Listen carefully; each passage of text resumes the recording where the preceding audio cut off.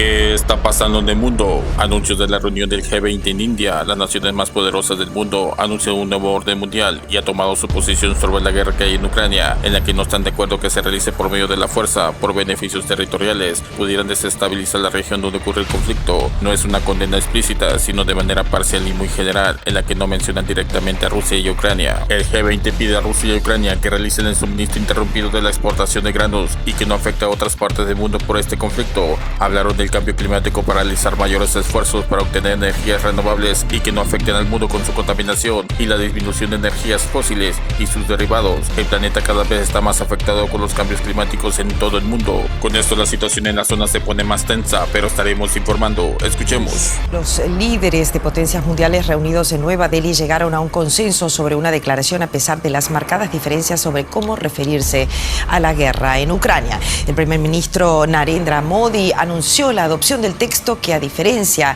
de la del año anterior, no condena explícitamente la guerra de Rusia contra Ucrania. En su lugar, insta a todos los estados a abstenerse de la amenaza o el uso a la fuerza para obtener beneficios territoriales. También se pide a Rusia y a Ucrania que garanticen el suministro ininterrumpido de grano desde ambos países. Otro de los temas claves en la agenda fue el cambio climático. Los líderes del G20 respaldaron los esfuerzos para triplicar la capacidad mundial de energías renovables de aquí al 2030. Y nos vamos rápido a Delhi. Allí está Philip Crowder, nuestro colega. ¿Qué tal? Muy buenas noches. Allí el G20 exige el respeto de la integridad territorial de los países sin una condena explícita a Rusia. ¿Qué aporta este consenso y hacia qué dirección vamos este año? Bueno, lo que hemos visto de manera bastante clara aquí en Nueva Delhi es que es más fácil encontrar un acuerdo en un bloque como el G7, cuyos miembros todos apoyan a Ucrania en la guerra con Rusia, que en un bloque como el G20. Hay que acordarse que en ese grupo hay países como Rusia y cuyo presidente, Vladimir Putin, ni siquiera está aquí en India, y hay otro miembro muy importante, China, cuyo presidente Xi Jinping tampoco está en Nueva Delhi este fin de semana. China es un país que oficialmente todavía es neutro en el conflicto. Al final ha sido otro país neutro en la guerra entre Rusia y Ucrania que ha sido muy importante en estas discusiones aquí en Nueva Delhi, y ha sido el anfitrión, India, y su primer ministro Narendra Modi. Ha sido capaz de encontrar este consenso conjunto entre todos los países. Es una sorpresa aquí en esta cumbre, pero con un lenguaje bastante débil cuando se habla de Ucrania. Por ejemplo, no es una condena explícita de lo que está haciendo Rusia en Ucrania. Tampoco nombra Rusia ni Ucrania de manera explícita, y luego tampoco habla de una invasión. El presidente ucraniano Volodymyr Zelensky, al cual hemos visto muchas veces desde que empezó la invasión rusa de Ucrania en muchas cumbres como esta, no ha sido invitado esta vez por el anfitrión, pero ya hemos visto una reacción de Ucrania. Dice que no hay ninguna razón por mostrar orgullo por parte del G20 por haber encontrado este consenso, orgullo que sí hemos visto de la parte del primer ministro Modi de India. La guerra en Ucrania está muy presente en la agenda de los líderes. Los miembros del G20 llegan divididos en un contexto geopolítico complicado para lograr consensos, pero hay una declaración conjunta. Yolanda Álvarez. Sí, hay una declaración conjunta de los líderes. En ella no se condena expresamente la invasión rusa de Ucrania, como quería Occidente, pero el texto dice que los estados deben abstenerse de utilizar la fuerza o amenazar para conquistar territorios y que se debe respetar la integridad territorial y la soberanía. El texto no menciona expresamente a Rusia, pero para muchos es un avance que Moscú lo haya aceptado. India ha intentado buscar ese consenso, tenía muy difícil conseguir ese equilibrio, y de hecho no es casual que no haya invitado aquí a Zelensky para evitar que esa guerra de Ucrania eclipsara el resto de temas en este foro económico. Cuellos de botella en los puestos de control que rodean la sede de la cumbre en Nueva Delhi. Los periodistas solo podemos acceder en autobús. Mr. Joseph Biden. Dominio occidental entre los jefes de Estado que asisten a esta cita. El anfitrión coquetea con Washington sin enfrentarse a Moscú, que le suministra petróleo y armamento. Difícil equilibrio con Lavrov, que sustituye a Putin. El otro gran ausente, Xi Jinping, que ha enviado al primer ministro chino. En la alfombra roja, varias anécdotas. Modi pregunta al canciller alemán por su parche en el ojo. Risas con Giorgia Meloni. Lula, el único líder que saluda con su mujer. El primer acuerdo, un guiño al sur. La Unión Africana entra a formar parte del G20.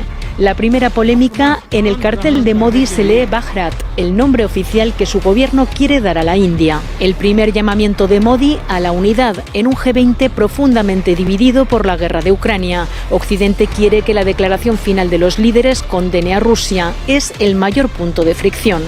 El primer anuncio, un megaproyecto de infraestructuras que enlazará el sur de Asia, el Golfo Pérsico y Europa, un contrapunto a la ruta de la seda de China. Biden urge al G20 a reformar el Banco Mundial y el FMI para ofrecer alternativas a los préstamos chinos. Sobre la mesa también el cambio climático. Los países del G20 son responsables del 80% de las emisiones globales. Los miembros del Grupo de los 20 adoptaron hoy por consenso la Declaración de Nueva Delhi, un resultado positivo pese a la polaridad de la agrupación por conflictos geopolíticos. El canciller Subrahmanyam Jaishankar calificó el documento final de inclusivo con prioridades definidas por la presidencia india como la acción climática y su financiamiento, la transformación digital, la lucha por la equidad, la igualdad de género y el empoderamiento femenino, así como la inclusión en función del progreso por un futuro y desarrollo sostenibles y el impulso de la economía azul basada en la protección de los océanos y la promoción de un crecimiento fuerte, sostenible, equilibrado e inclusivo para el impulso de los objetivos de desarrollo sostenible, así aseguró el ministro de Exteriores. Jaishankar celebró la inclusión de la Unión Africana como miembro pleno del G20 y señaló que está en consonancia con el objetivo de la presidencia india de priorizar las preocupaciones del sur global. El alto funcionario consideró excepcional la organización de la nación surasiática durante la gestión al frente del G20, con más de 220 reuniones desplegadas en 60 ciudades de la India. Por otra parte, el representante gubernamental para la organización de la cumbre, Amitabh Kant, calificó de histórica y pionera la declaración de Delhi por lograr aunar los criterios de los miembros del G20, las naciones invitadas y las organizaciones internacionales por encima de las cuestiones políticas. Livia Rodríguez y Evelyn Leiva Romero, Prensa Latina Televisión. Una noticia inédita y no por ello inesperada por el curso que ha tomado el mundo en el nuevo orden multipolar es la incorporación como miembro permanente del G20 de la Unión Africana. Vamos a escuchar al anfitrión de este encuentro, el primer ministro de la India, Narendra Modi, invitando a pasar... La situación geopolítica en el mundo está muy difícil. Anuncios de la reunión del G20 en India, las naciones más poderosas del mundo anuncian un nuevo orden mundial y ha tomado su posición sobre la guerra que hay en Ucrania, en la que no están de acuerdo que se realice por medio de la fuerza, por beneficios territoriales, pudieran desestabilizar la región donde ocurre el conflicto. No es una condena explícita, sino de manera parcial y muy general, en la que no mencionan directamente a Rusia y Ucrania. El G20 pide a Rusia y Ucrania que realicen el suministro interrumpido de la exportación de granos y que no afecte a otras partes del mundo por este conflicto. Hablaron del cambio climático para realizar mayores esfuerzos para obtener energías renovables y que no afecten al mundo con su contaminación y la disminución de energías fósiles y sus derivados. El planeta cada vez está más afectado con los cambios climáticos en todo el mundo. Estados Unidos anuncia con su secretario Antony Blinken en una visita a Ucrania, anuncia el envío de armamento avanzado para Ucrania para tener más poder de ataque y hacerle frente a Rusia. Con el suministro de armamento cada vez más avanzado para Ucrania, esto llevaría a que siga escalando más el conflicto, que podría causar daños al territorio de Rusia. Ya advirtió que si el material proporcionado por Occidente afectará a Rusia en su territorio, habría consecuencias graves. Cada vez más países están involucrando en este conflicto que al parecer no tiene fin.